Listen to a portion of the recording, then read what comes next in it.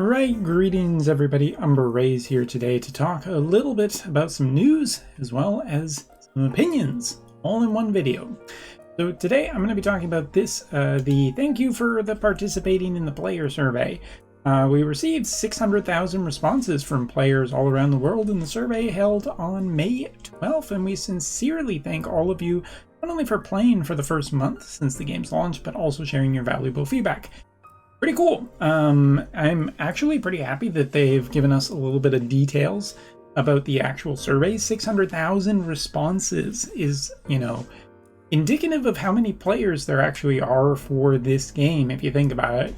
That, like most people are probably not going to play, maybe casual players just not going to take into account like doing responses and everything, but it's nice to see that a good number of player responses and going through that data relatively quickly, even, we're not even at the end of the month of May yet.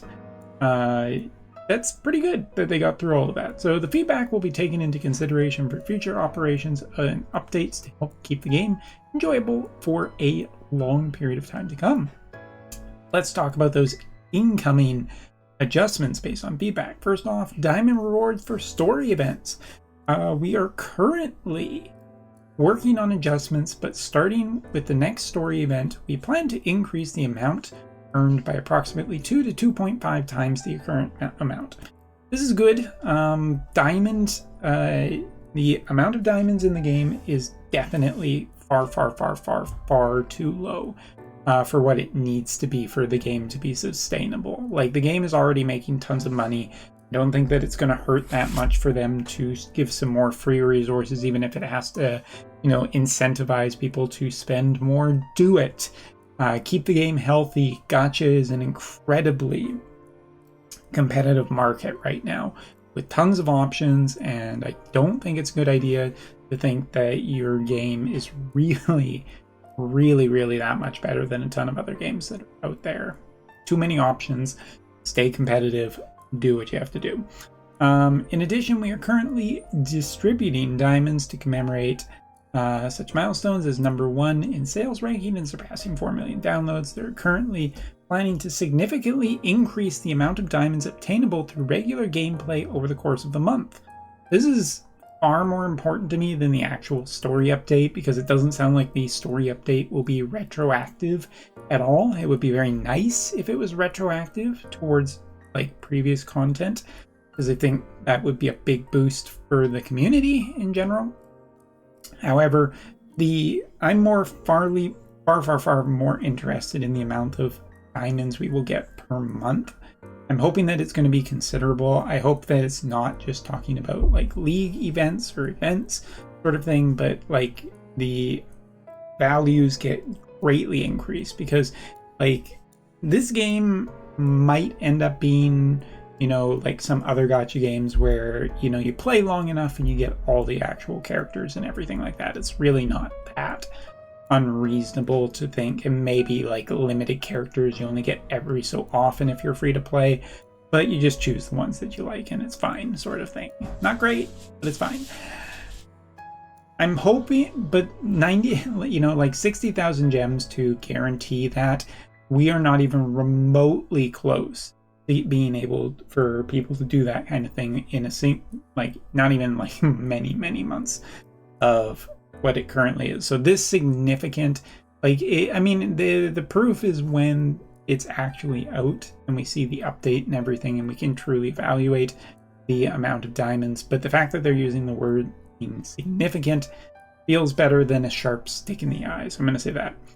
Please, we will continue to improve rewards through story events and other feature in-game events to ensure that players don't feel they rely solely on celebration events to earn diamonds. And that definitely is the way it has been up until this point. So it's good that they are finally addressing that, because that might be a sticking point why some people have already left the game. Hopefully it'll bring some people back who may be already done. All right, SP conversion chip acquisition. SP conversion chips allow SSR and lower rarity units to be raised to level 100. I've received very positive feedback for enabling players to put their favorite units on the front lines. I completely agree with this. Additionally, by observing player trends, the dev team found that SP conversion chips have been used more on personally cherished units than strategically optimal ones. Good on you, community, I love that. However, since many players have voiced their concerns about being reluctant to use SP conversion chips due to their limited availability, we will be increasing the amount of number that can be obtained. More specifically, we plan to adjust the number of monthly acquisition rates so that players can perform SP conversion on at least 1 to 2 units per month. While we plan to implement these changes cautiously as they will affect overall game balance, we also want to ensure that the game will have enough chips for players to do their favorite units. Great, awesome, and we got 100 SP conversion chips distributed. So this is nice. It is nice to see them really taking player feedback to heart, especially given that, you know, the game has been pretty successful by this point in time. Like, it is making top sales rankings, not like pretty good, pretty at a pretty steady pace is what I mean to say there. So the fact that even though they are, I think, doing pretty financially well at this point, it is great to see that they will be improving the game in a pretty steady pace to make sure that this game has a good future ahead of it. And I do, want to say that I always think that this is a careful balance between making sure that there's enough that you can do some stuff in the game, but, still making it so that the game can earn currency, like real currency, so that they can pay the devs and everything and keep going. And, business gonna business at the end of the day. But I do, before ending this video, want to talk about something else, because I think that these are all net positives. I'm really happy with it, at least for now, before we see the updates. I also want to talk about the idea of SP conversion and upgrading units, because like SP conversion here, if we look at like here, like if you wanted to do like the G-Quux or anything like that, like it's great that players are really choosing the mobile suits that they love. Like that speaks worlds as to maybe some good diversity in the game, that a lot, there could be just some really fun events down the line where people, it's just like your favorite units go, they're going to be more competitive than you think, they're going to be fun to play still, and all of this. It's great. I love that idea. But I do think it does need to happen for characters as well. Because the simple fact is that, like, at this point in the game, there's no real way to upgrade characters.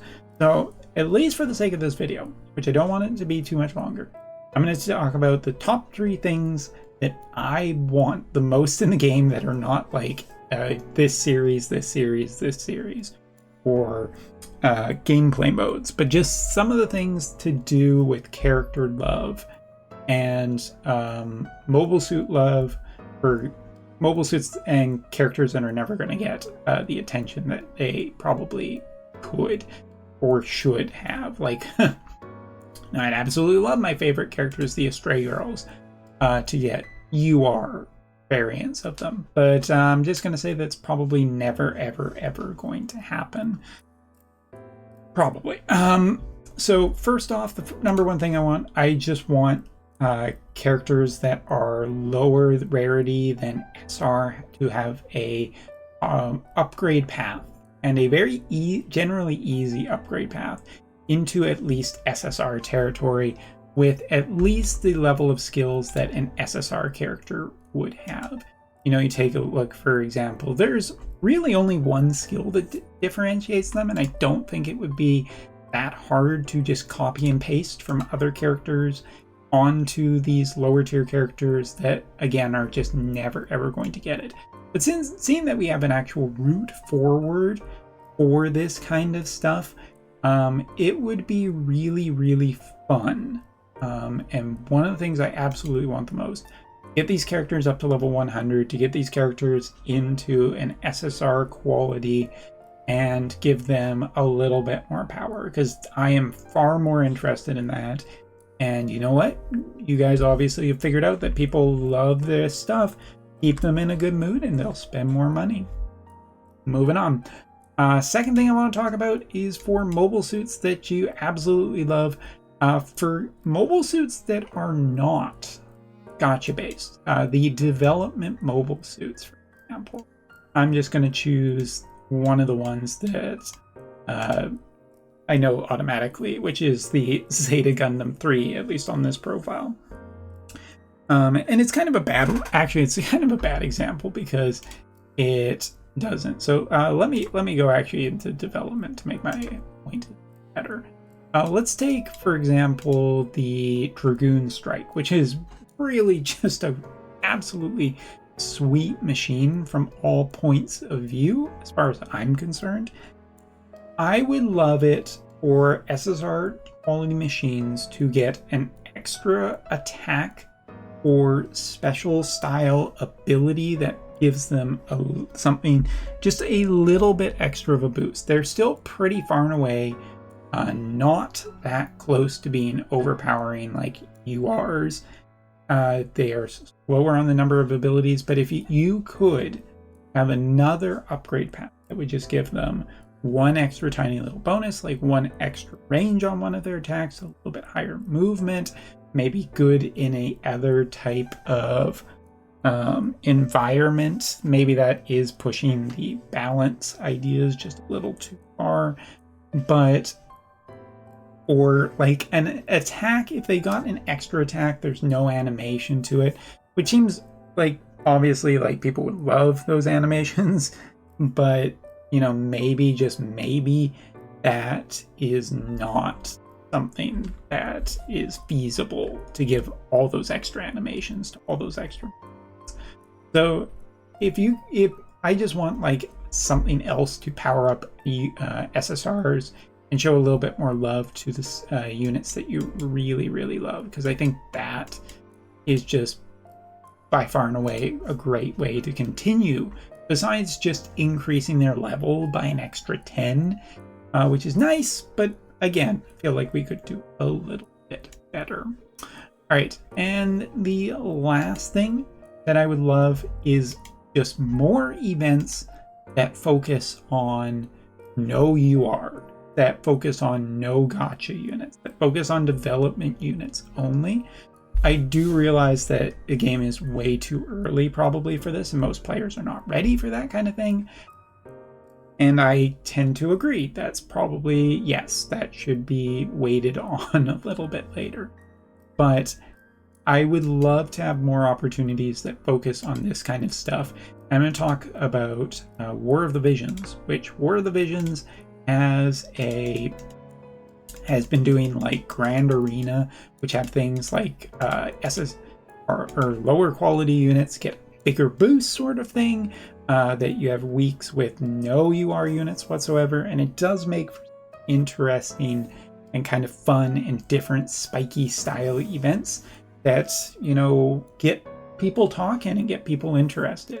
You got to give people like more than just avenues of like story mission to use their favorite units sort of thing. So yeah, that is my thoughts on the latest update, as well as just talking about what I want in the future. So hopefully you enjoyed this video. Thank you so much for watching. See you next time.